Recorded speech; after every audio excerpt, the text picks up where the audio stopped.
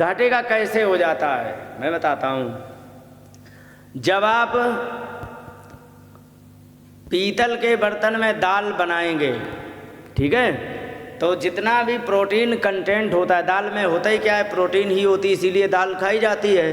तो ध्यान रखो, पीतल के बर्तन में बनाएंगे तो आपके दाल के प्रोटीन कंटेंट बचेगा 90%, ठीक है। और जब एक और कांसा आता है, जानते हो कोई, हाँ कांसा आता है ना, कांसे के बर्तन में बनाओगे तो ये लगभग 93% बचेगी प्रोटीन, बाकी 7% जल जाएगी पकाने में, ठीक है। और अगर जो तुमने मिट्टी के बर्तन में बनाया ना तो इसमें 100% प्रोटीन बची रहती है। कितनी? 100%। लेकिन अगर जो तुमने एल्युमिनियम के बर्तन में बना दिया तो इसमें मात्र 10% प्रोटीन रहती, बाकी सब जल जाती है, ठीक है। और अगर जो तुमने कुकर में बना दिया तो जो 10% बची थी वो भी, समझ गए, तो 90% या 100% वाली प्रोटीन ज़्यादा काम आएगी या 5% वाली, बताओ। और उसी का परिणाम है, हाँ उसी की बात मैं कह रहा हूँ। और ये मैं कह तब रहा हूँ, मैंने बनाई सब्जी, क्या बताया जाए, लेकिन लार नहीं डालना हीरामल जी, हाँ ध्यान रखना, नहीं तो लार टपकाने लग जाओ सबके सामने।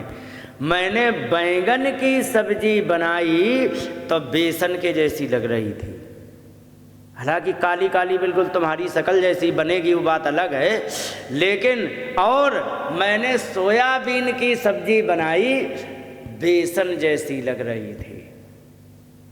और गलती से चाय बनाई, आहा पूरा इलाका जान गया कि कहीं ना कहीं चाय। और खीर बनाई जब, तब भी जान गया पूरा इलाका कि यहाँ कहीं खीर बन रही है। अच्छा ये जान क्यों जाते मालूम है? क्योंकि दरअसल होता क्या है, एल्युमिनियम के बर्तन में क्या है कि जैसे ही तुमने डाल के पकाना शुरू किया उसका प्रोटीन कंटेंट खत्म होता जाता है। तो खत्म हो गया यदि, तो महक आएगी क्या? नहीं आएगी। पेट्रोल जैसे डाल दिया, जब तक जिंदा है पेट्रोल तब तक महक आएगी, पेट्रोल उड़ गया, खत्म हो गया, फिर आएगी महक? क्यों नहीं आएगी? क्योंकि वो है ही नहीं। तो एक बात बताओ, जब उसमें प्रोटीन बचा नहीं तो महक काहे की आवे, है ना।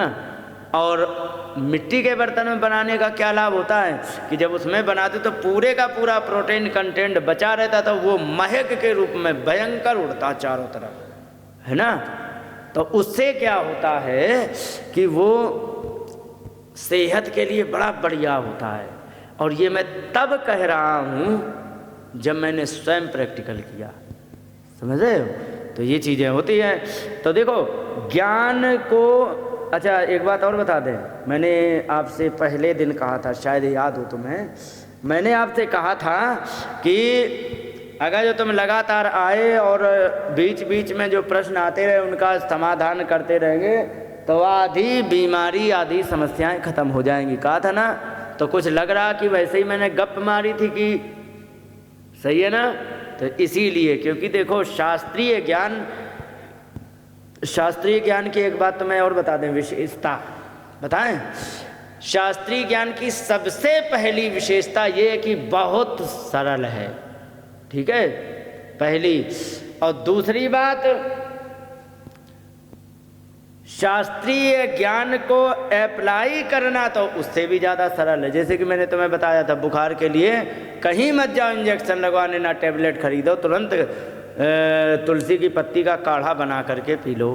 तुम्हें तुलसी की पत्ती के लिए कहीं तुम्हें गाड़ी लेकर के जाना पड़ेगा 2-4 किलोमीटर क्या, कि जहाँ पत्ती तोड़ ला में है, घर के अंदर है ना। और चूल्हा भी घर के अंदर है, मरीज भी घर के अंदर है, कहीं जाना पड़ा तो समस्या कहाँ आती है मालूम है? समस्या यहाँ आती है कि घर का जोगी जोगना और आन गांव का सिद्ध, यहाँ दिक्कत आ रही है। तुम्हारे घर में तुलसी माता और गौ माता, इनसे बढ़कर के यदि ये दो तुम्हारे पास है तो जीवन में एनी डिसीज का सॉल्यूशन है। दूसरी जगह तुम्हें कहीं भी जाने की आवश्यकता नहीं है, समझ गए। कोई भी समस्या का आसानी से इलाज हो सकता है।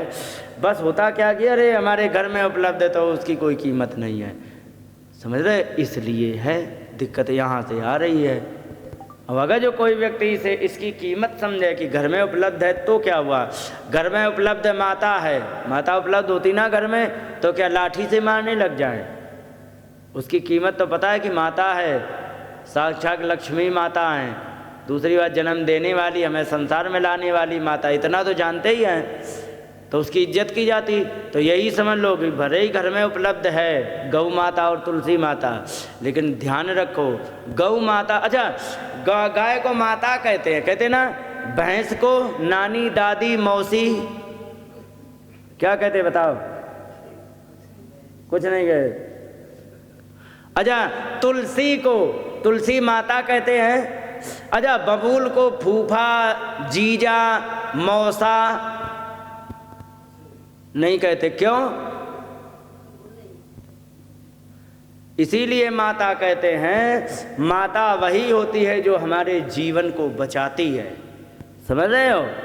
तो गौ माता ऐसी होती है कि उनका तुम कोई भी डिप्रेशन की समस्या उसके पीठ पे हाथ फेरना शुरू कर दो, वो तुम्हें इतना प्रेम करने लगेगी कि तुम खुद उसके फिदा हो जाओगे।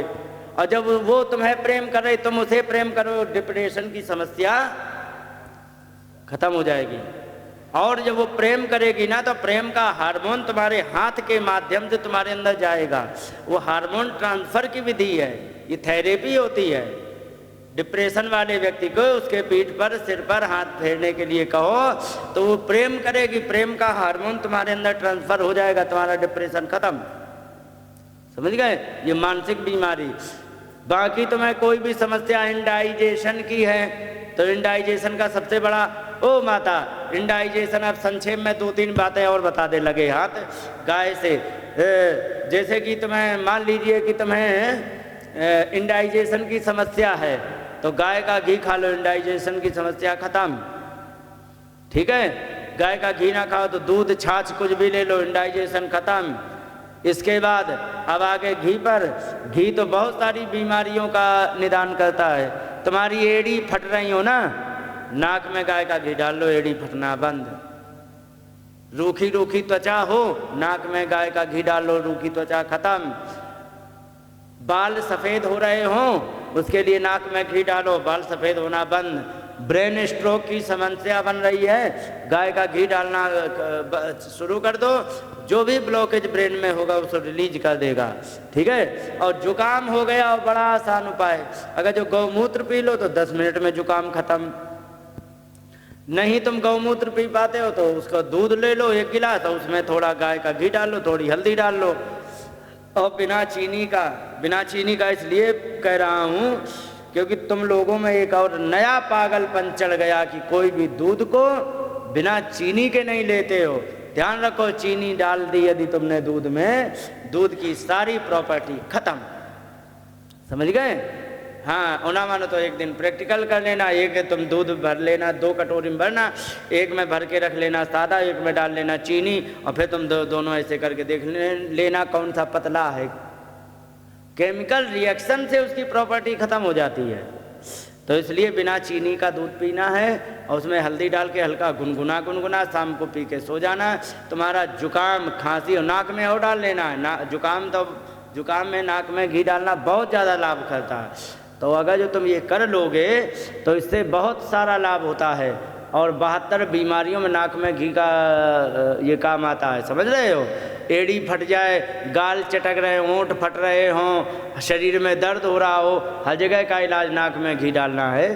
तो जुकाम का इलाज यदि तुम गौमूत्र पी लो, खांसी के लिए बता दें 1 सेकेंड में खांसी ठीक हो जाती है गौमूत्र पी के, ठीक है? अब अगर जो गौमूत्र नहीं पिए तो दूध पी करके उसी में हल्दी वगैरह डाल करके थोड़ी देर लेट जाना है, घी डाल लेना है, तो गाय का घी जाते ही खांसी खत्म करता है। शर्त ये ऊपर से पानी ना पिया जाए, तो पानी पी लिया तो और हो जाएगा, समझ रहे हो? ध्यान ये रखना, चिकनी चीज़ जैसे घी तेल, और उसमें भी चिकने में भी यदि गर्म हो तो गलती से पानी मत पियो, नहीं तो गलती से पानी तुमने गर्म और चिकनी चीज़ के साथ तुमने पी लिया तो ये जान लीजिए कि तुम्हें अब जुकाम आने से कोई नहीं रोक पाएगा। गरम पियो, चिकनी चीज़ लो तो उसमें पानी नहीं पीना है, मुंह में डाल के कुल्ला करके बाहर कर देना है, पीना नहीं है बिल्कुल। उस समय जहर के समान हो जाएगा, तुम्हें ले डूबेगा। तो इस प्रकार से है, बहुत सारी बातें हैं महाराज, क्या करे। हाँ, लेकिन समाज में आजकल ये अंधापन देख करके मुझे खुद दुख होता है कि ये हमारे भारत का समाज है, पूरा अंग्रेज बन चुका है। ये हमारे भारत की संस्कृति है, पूरी अंग्रेजियत चढ़ चुकी है, समझ रहे हो, ये चीज़ें होती है। तो इसलिए ऐसा करना है कि शास्त्र के ज्ञान पे जब तक लौट के नहीं आएंगे दोबारा ना, तब तक भारत के, और आए दिन स्वास्थ्य मंत्रालय के डेटा बढ़ रहे हैं, जो कि बीमारियों के डेटा बढ़ते जाते, चाहे कैंसर ले लो, चाहे डायबिटीज़ ले लो, चाहे टीबी ले लो, चाहे कुछ ले लो, हार्ट अटैक भी बढ़ते जा रहे। क्यों बढ़ते जा रहे? क्योंकि ये ऐसे नहीं बढ़ते जा रहे, ये विधिवत प्लांट किए गए हैं अपने घरों में माताओं के द्वारा बीमारियों को, ऐसे नहीं बढ़ रहे हैं। हाँ, विधिवत प्लांट किए गए हैं। तो ये चीज़ें हैं। तो जब तक इसमें जागरूक नहीं होंगे तो ये ध्यान रखो, अपने जीवन का सत्यानाश करते रहेंगे और जल्दी जल्दी लोगों को यहाँ से विदा करते रहेंगे। बोलिए वृंदावन बिहारी लाल की जय।